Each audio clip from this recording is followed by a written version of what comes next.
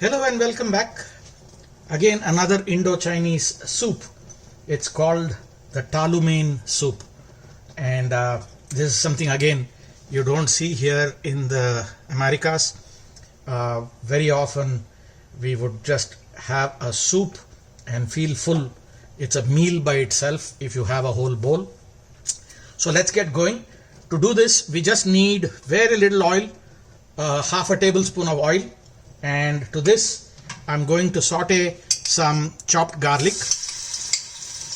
You don't want this garlic to turn brown. You just want to saute it a little bit. So don't crank up the heat too much. So once the garlic is in and you've sauteed it for just a minute, I have sliced chicken. I'm going to drop the sliced chicken and cook it for just 2 minutes. So gently saute this around. You don't have to cook it fully. You just need 2 minutes. That's because we're going to boil this in water for the soup. So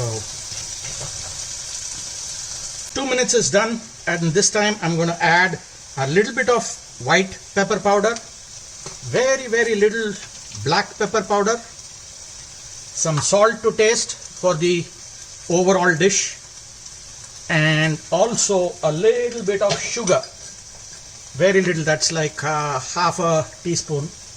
And to this we're going to add about 1 teaspoon of aromat powder. Aromat powder is very commonly used in Indo-Chinese. It also has a different name called Maggi all seasoning. Aromat is the name from a brand called Knorr. Once we've done with that, we'll give it a stir, and I'm going to add 12 cups of water to this and make a stock out of this. And we'll allow this to boil. 12 cups of water to this. I want 4 large bowls minimum, so I put 12 cups of water, and we'll allow this to boil and let it boil so that it creates a nice chicken stock out of this. So as you can see, this is beginning to come to a boil, and the top forms a kind of a foamy top. What we're going to do is use a sieve and remove that foam out. There are lots of debates about this, but I prefer to remove it because there is better clarity that the soup has when you remove that foam, because typically they use clear stock when they make this soup. So allow it to come to a full boil and then simmer it, and then we will use a sieve and just remove the top layer out. So reach what is called as a rolling boil. A rolling boil is nothing but when you see what is your content, it begins to roll as a result of the boil. So it's called a rolling boil. And I luckily have a large sieve, but if you have a small one like this, you will make multiple passes to remove the top and get this a little bit more clearer. So I'm going to let me show you how to use the sieve. You simmer it so that all of your vegetables or chicken or whatever it is goes down to the bottom, and then slowly begin to remove the top this way and discard it.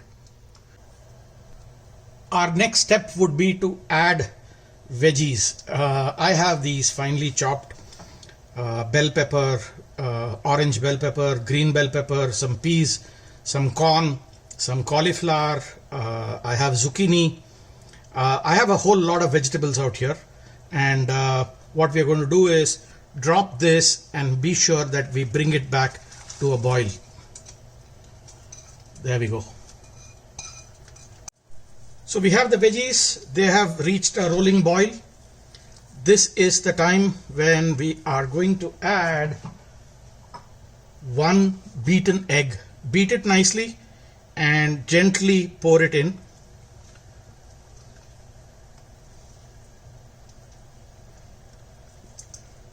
There we go. So we have this beautiful egg that is mixed to this. The next thing that we are going to do is add some boiled noodles to this.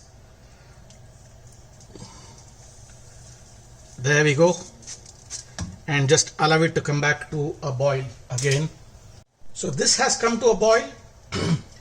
We are on the final step. If you want to add mushrooms, this is the time you add mushrooms. If you don't have mushrooms, just move on to the next step, but I do have. So I'm going to add mushrooms into this. Give it a gentle mix. And what we have finally with us is some corn slurry. This is the final step. I have some corn slurry. The corn slurry is going to get this thick soup for us.